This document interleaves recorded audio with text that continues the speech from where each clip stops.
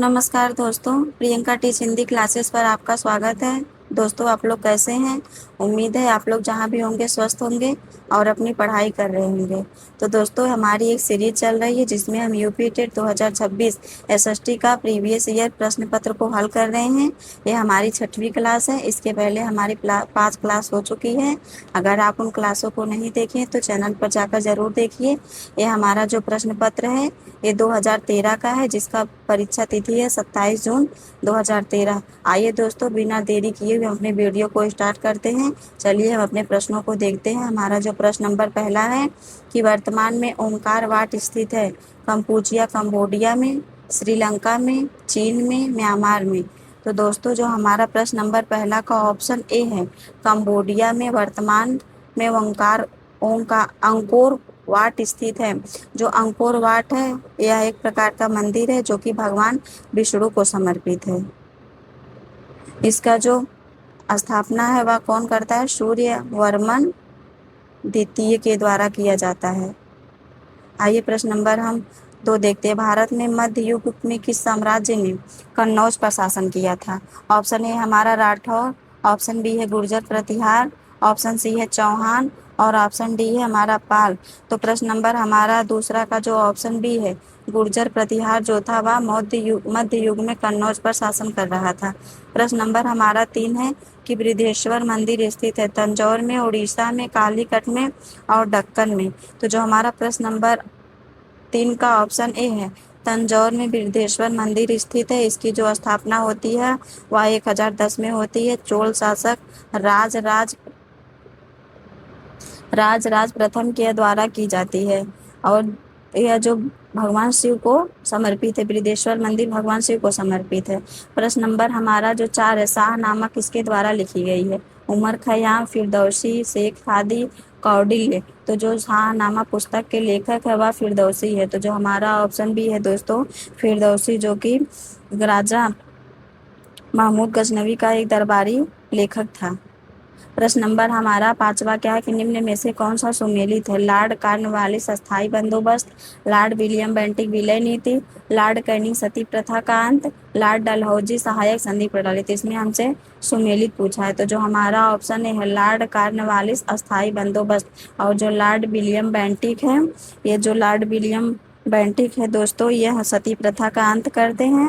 और जो Lord Canning थे वह 1857 से संबंधित थे और जो लॉर्ड डलहौजी थे वह विलय नीति से संबंधित है। प्रश्न नंबर हमारा 6 क्या है? मार्को पोलो कौन था? अन्वेषक था, वैज्ञानिक था, लेखक था, प्रकाशक था। तो दोस्तों, जो हमारा ऑप्शन ए है, अन्वेषक था मार्को पोलो। प्रश्न नंबर हमारा 7 क्या कह रहा है कि निम्नलिखित में से प्रथम भारतीय समाचार पत्र था?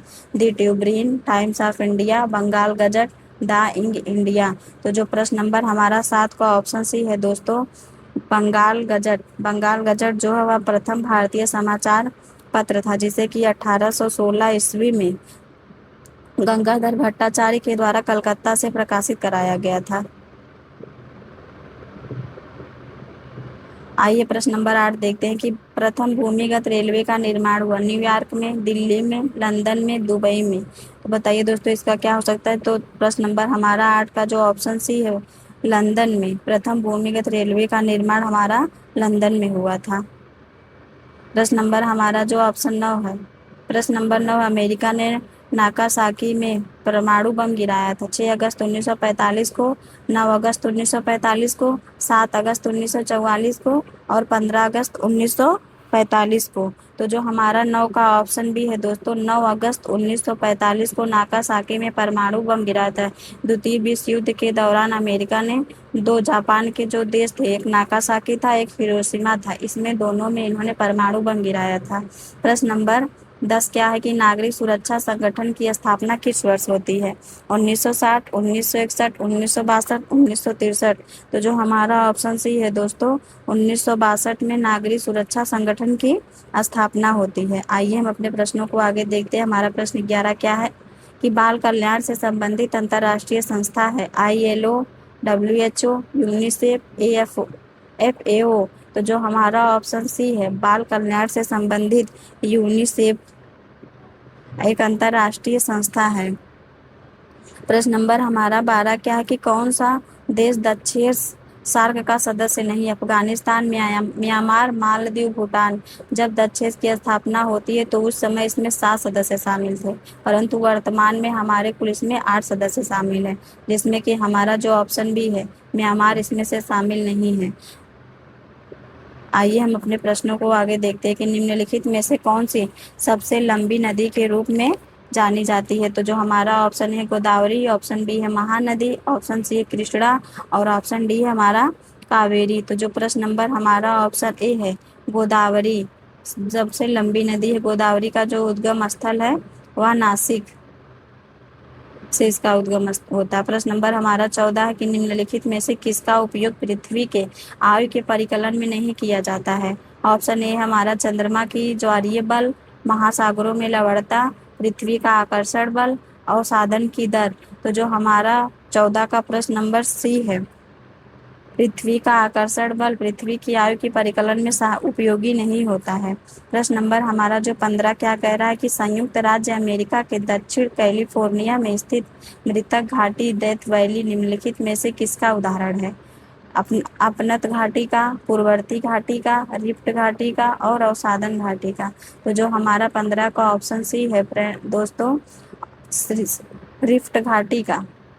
प्रश्न नंबर हमारा 16 क्या कह रहा है कि मेयान ज्वालामुखी पर्वत स्थित है संयुक्त राज्य अमेरिका में, हवाई द्वीप में, चिली में और फिलीपींस में। तो जो प्रश्न नंबर हमारा 16 का मेयान ज्वालामुखी इसमें पर्वत पूछा है। तो जो हमारा ऑप्शन डी है फिलीपींस में यह स्थित है।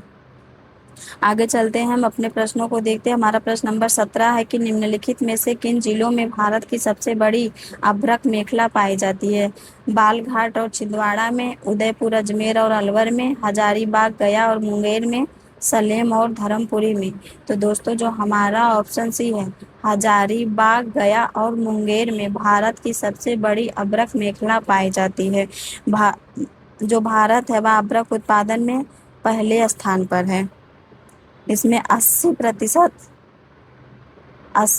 अभ्रक का उत्पादन होता है। प्रश्न नंबर हमारा 18 है कि संयुक्त राज्य अमेरिका के बृहद मैदान में प्रवाहित होने वाली गर्म, शुष्क एवं धूल भरी पवन को कहा जाता है। Brick fielder, black roller, Scirocco और मिस्ट्रॉल। तो जो हमारा प्रश्न नंबर 8 का बी है दोस्तों ब्लैक रोलर। यह एक गर्म, शुष्क और धूल से भरी पवन होती है। प्रश्न नंबर हमारा 19 क्या है कि निम्नलिखित में से कौन सा जोड़ा हमसे गलत पूछा है। London Thames, Paris Danube, New York Mississippi और हमारा ऑप्शन डी है दिल्ली और यमुना।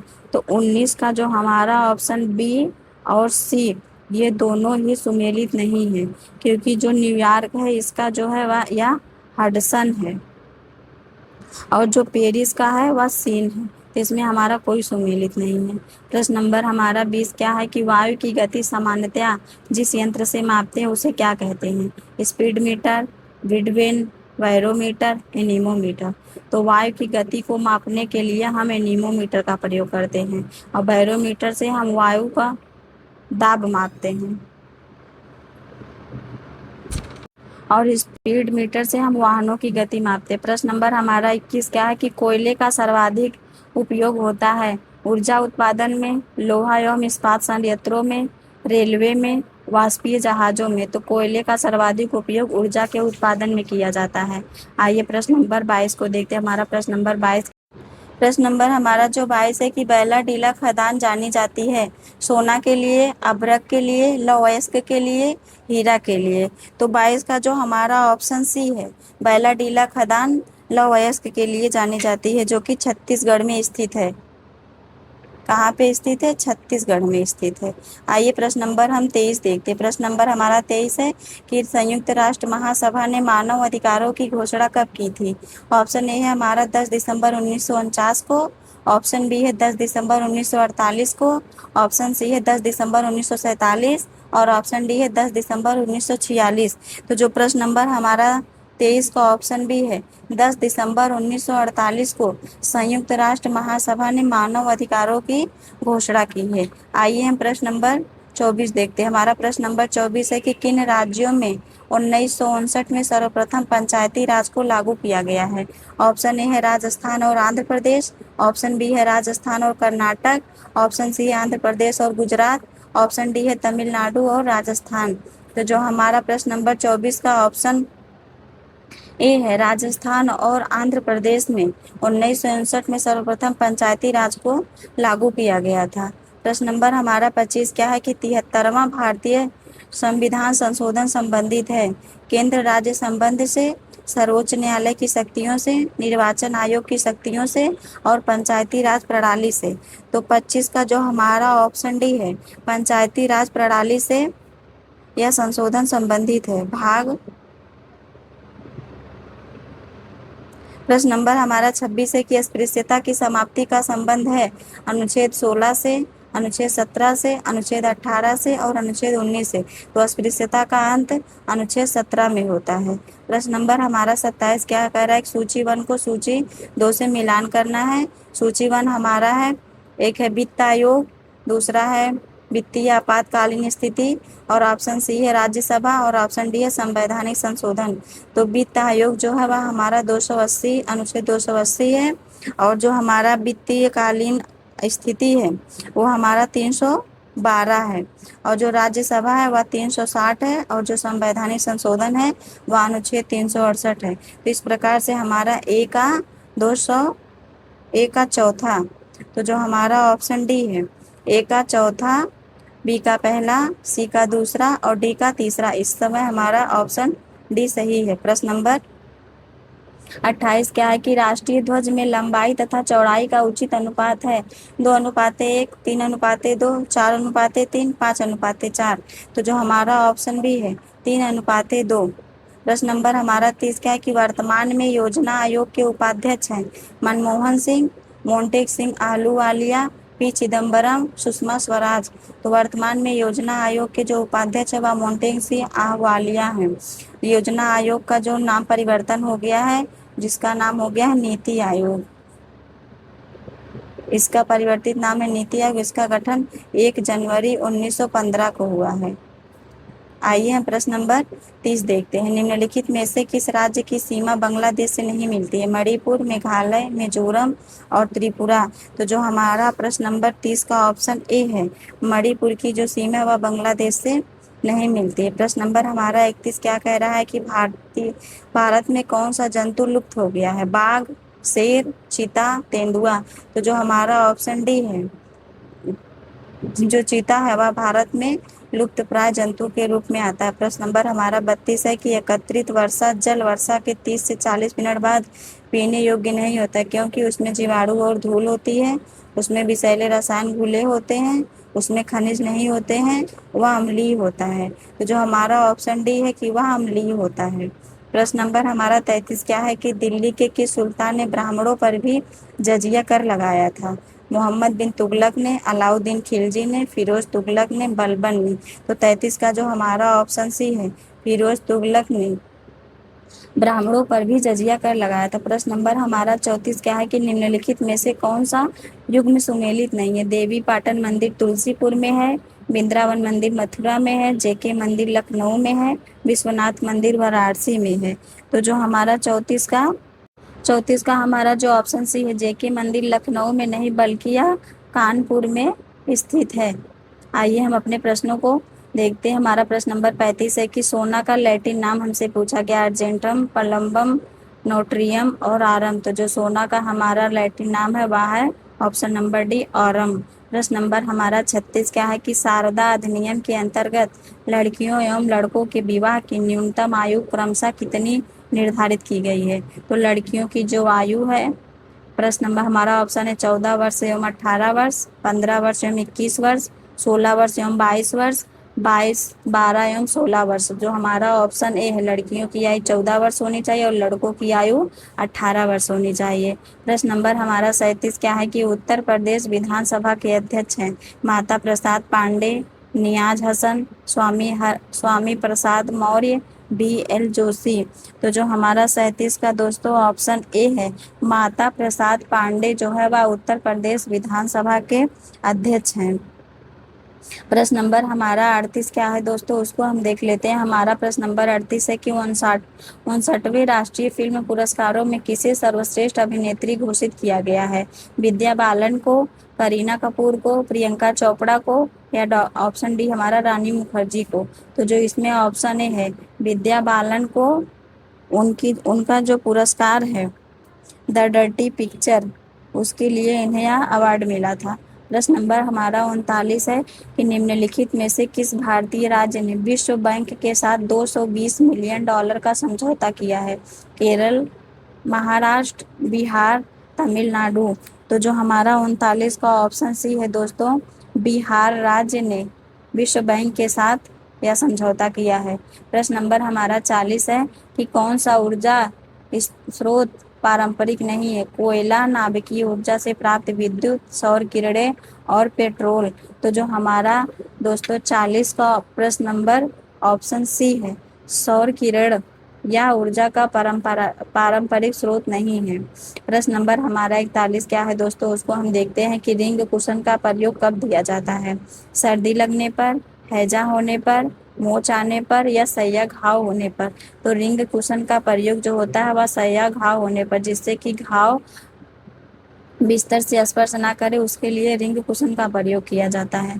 प्रश्न नंबर हमारा 45 है दोस्तों कि गोंद का कलफ किस प्रकार के वस्त्र में लगाया जाता है? ऊनी, रेशमी, सूती, नायलॉन। तो जो हमारा ऑप्शन बी है दोस्तों, सूती वस्त्रों में गोंद का कलफ लगाया जाता है। कलफ का अर्थ होता है माड़िक। जैसे हम सूती वस्त्रों को जब खरीदते जाते हैं तो वह एकदम सख्त होता है, जिसमें दुकानदार लोग बोलते हैं कि इसमें माड़िक है, तो वही माड़िक को हम कलफ कहा जाता है, जो कि सूती वस्त्रों में प्रयोग किया जाता है। प्रश्न नंबर हमारा 43 है कि टाइलिन नामक एंजाइम किसमें पाया जाता है?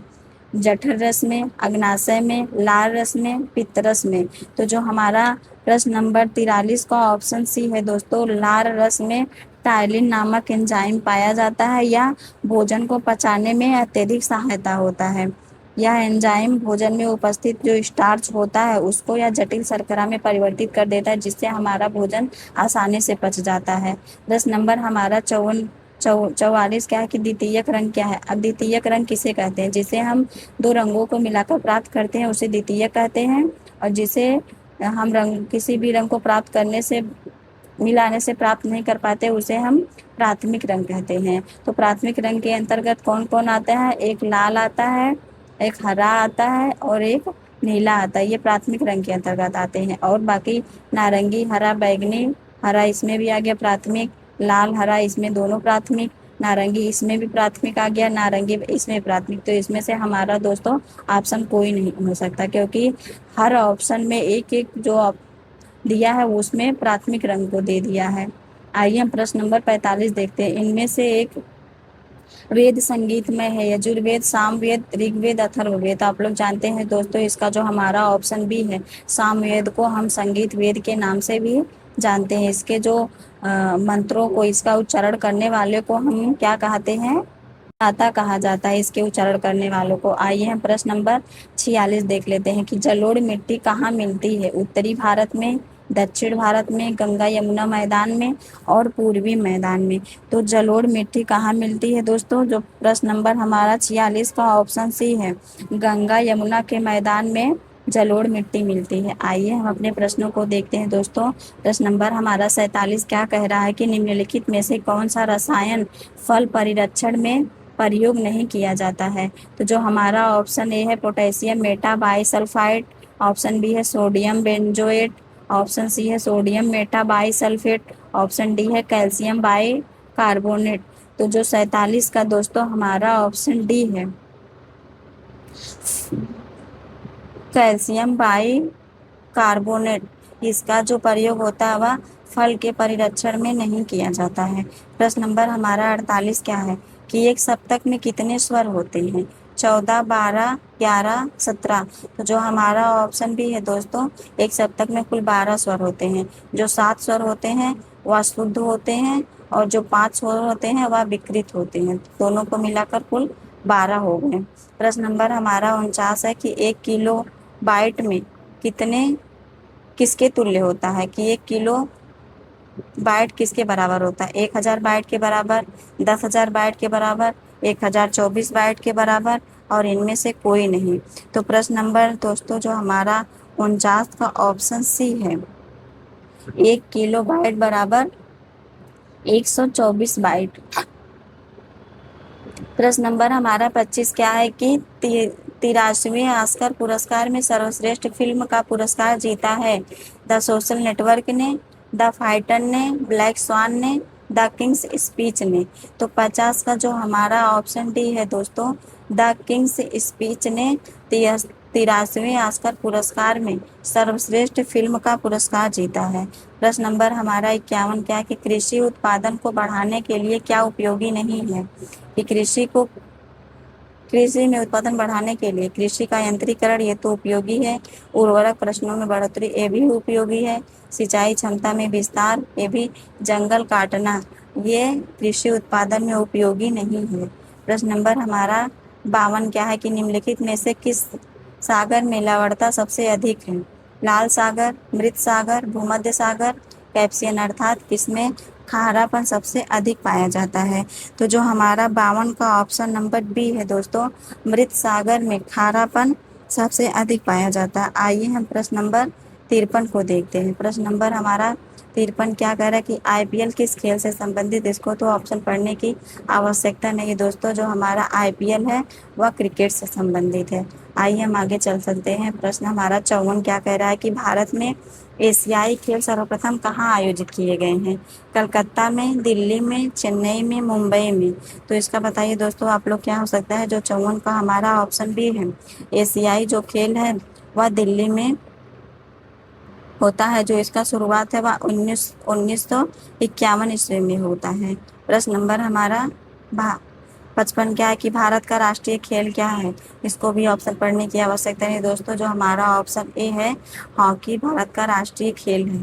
प्रश्न नंबर हमारा 56 क्या है कि किसके द्वारा वायुमंडल का प्रदूषण नहीं होता। Hydrogen, carbon monoxide, sulphur dioxide, carbon dioxide. तो हमारा जो ऑप्शन ए है हाइड्रोजन के द्वारा वायुमंडल में प्रदूषण नहीं होता है। प्रश्न नंबर हमारा 57 क्या है कि जलीय प्रदूषण में कौन सा कारक प्रमुख है। जल को प्रदूषण करने में धुआं, औद्योगिक रसायन, अमोनिया और साबुन। तो जो हमारा 57 का ऑप्शन बी है औद्योगिक रसायन जल को प्रदूषण करने में सबसे प्रमुख भूमिका निभाता है। प्रश्न नंबर हमारा 58 क्या है कि भारत में वायु प्रदूषण की नवीनतम घटना जो भयंकर विनाश का कारण हुई है। MIC गैस दुर्घटना, हिरोशिमा बमबारी, ईरान में भूकंप, चेरनोबिल विध्वंस। तो जो हमारा ऑप्शन ए है MIC गैस दुर्घटना या वायु प्रदूषण की सबसे नवीनतम घटना है जो एक भयंकर विनाश का कारण बनी है। मिसाइल आइसोसाइनाइड गैस इसका जो फुल फॉर्म है। प्रश्न नंबर हमारा 59 क्या है कि गत वर्षों में उत्तर भारत में बाढ़ की घटनाएं बढ़ने लगी हैं। उसका कारण क्या है, बाढ़ क्यों बढ़ गई है। ऑप्शन हमारा है बांधों में स्लेटिंग दर बढ़ी है, नदियों के तटीय भागों में वन नष्ट हुए हैं। ऑप्शन सी है अधिकाधिक भूमि का कृषि में उपयोग हुआ है। ऑप्शन डी है वार्षिक वर्षा की मात्रा बढ़ी है। तो जो दोस्तों हमारा ऑप्शन बी है कि नदियों के तटीय भागों में वन के नष्ट हो जाने के कारण बाढ़ की घटनाएं बढ़ रही हैं। आइए हम अपने प्रश्नों को, यह हमारा आज की क्लास का सबसे आखिरी प्रश्न है। प्रश्न नंबर हमारा क्या है कि बिहू नृत्य भारत के किस राज्य से संबंधित है। अंडमान निकोबार, अरुणाचल प्रदेश, असम, छत्तीसगढ़। तो इसका जो हमारा ऑप्शन सी है दोस्तों असम से संबंधित है बिहू नृत्य। तो दोस्तों यह हमारा आज का आखिरी प्रश्न था आज के क्लास का।